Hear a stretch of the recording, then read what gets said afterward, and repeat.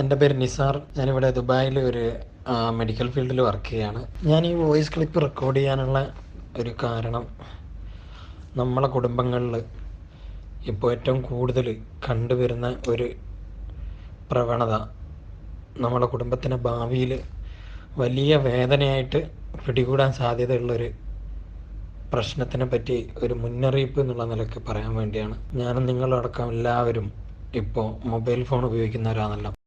ഈയിടെ അമേരിക്കയിൽ 7 വയസ്സ് മാത്രമുള്ള ഒരു കുട്ടിക്ക് കഴുത്തിനൊരു വേദന വന്നപ്പോൾ അവർ കുട്ടീനെ ഒരു ന്യൂറോളജിസ്റ്റിനെ കാണിക്കുകയും ന്യൂറോളജിസ്റ്റ് ഒരു എക്സ്റേ എടുക്കാൻ പറഞ്ഞപ്പോൾ കഴുത്തിൻ്റെ എക്സ്റേ എടുത്തപ്പോൾ കണ്ട കാഴ്ച ഡോക്ടർമാരൊക്കെ ഞെട്ടിക്കുന്നൊരു സംഭവമാണ്.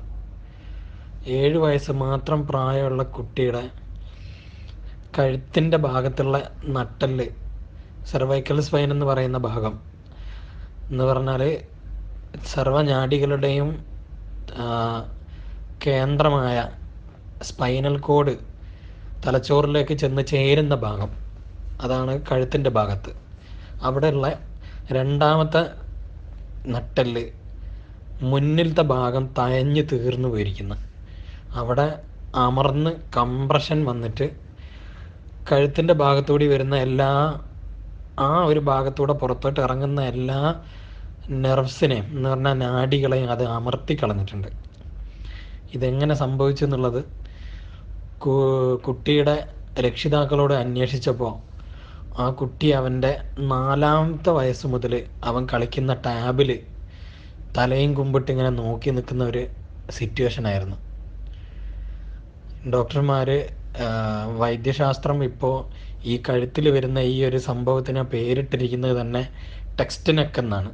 ടെക്സ്റ്റ് നെക്ക് എന്ന് പറഞ്ഞാൽ മൊബൈലിൽ ടൈപ്പ് ചെയ്യുന്ന ടെക്സ്റ്റ്, മെസ്സേജൊക്കെ ടൈപ്പ് ചെയ്യുന്ന ടെക്സ്റ്റ്, ആ ടെക്സ്റ്റ് അതുമൂലം നെക്കിന് വരുന്ന ഒരു പ്രത്യേക തേയ്മാനം, അതാണ് ടെക്സ്റ്റ് നെക്ക് എന്ന് പറഞ്ഞിട്ട് അവർ ഇപ്പോൾ പേരിട്ട് വിളിച്ചിരിക്കുന്നത്.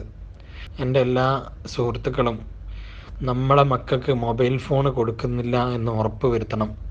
കാരണം 70-75 വയസ്സായി കഴിയുമ്പോൾ സാധാരണ പ്രായം ചെന്ന ആൾക്കാരുടെ തല കുനിഞ്ഞു വരലുണ്ട്.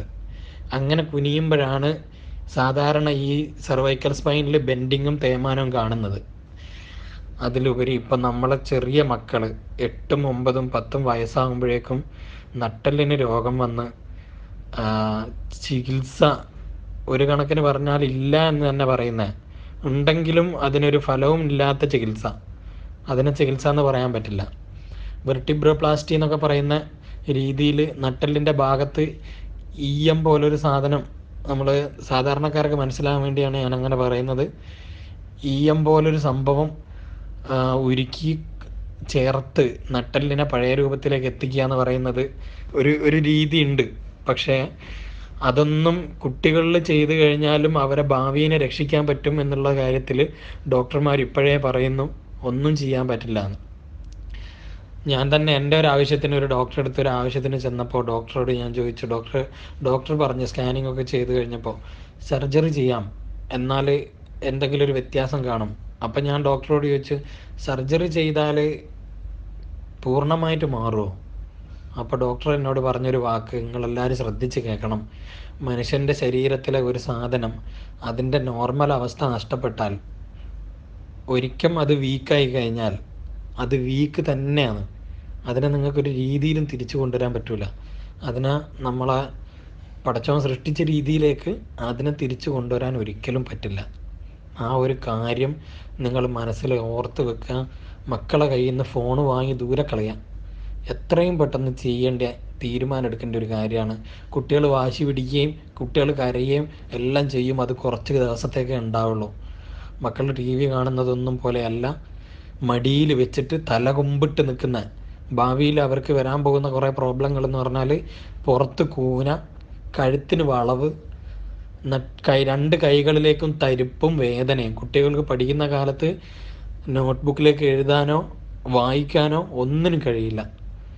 നിങ്ങൾ പ്രത്യേകം മനസ്സിലാക്കുക, ഇതുപോലത്തെ ഒരു ഭവിഷ്യത്ത് വേറെ വരാൻ ഇനിയില്ല.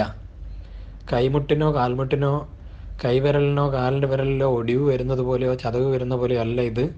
കഴുത്തിൻ്റെ നട്ടെല്ലാണ് അതിന് വരുന്ന ക്ഷതം ജീവിതത്തിൻ്റെ കാലാകാലം അനുഭവിക്കാനുള്ള ക്ഷതമായിരിക്കും. ദയവ് ചെയ്ത് എല്ലാവരും ഇതൊരു ഇൻഫർമേഷനാക്കി എടുത്തുകൊണ്ട് മക്കളെ കയ്യിൽ നിന്ന് ഫോണും ടാബും വാങ്ങിക്കളയുക. അവർ പഠിച്ച് വലുതാകട്ടെ. SSLC പോലെ 10ാം ക്ലാസ് പോലെയൊക്കെയുള്ള ഭാഗങ്ങളിലേക്ക് അവരെത്തുമ്പോൾ അവർക്ക് ഇൻ്റർനെറ്റും കാര്യങ്ങളൊക്കെ ആവശ്യമുണ്ട്. ആ സമയത്ത് മാത്രം അത് അവർക്ക് കൊടുക്കുക. എന്നിട്ട് അത് യൂസ് ചെയ്യേണ്ട ശാസ്ത്രീയമായ രീതി മുഖത്തിന് നേരെ പിടിച്ചുകൊണ്ട് അത് യൂസ് ചെയ്യണം എന്നുള്ളത് പറഞ്ഞ് മനസ്സിലാക്കി കൊടുക്കാൻ ശ്രമിക്കുക. കാര്യങ്ങൾ ഉൾക്കൊള്ളാൻ നമുക്ക് എല്ലാവർക്കും പഠിച്ചവൻ തൗഫീഖ് നൽകട്ടെ. ആമീൻ.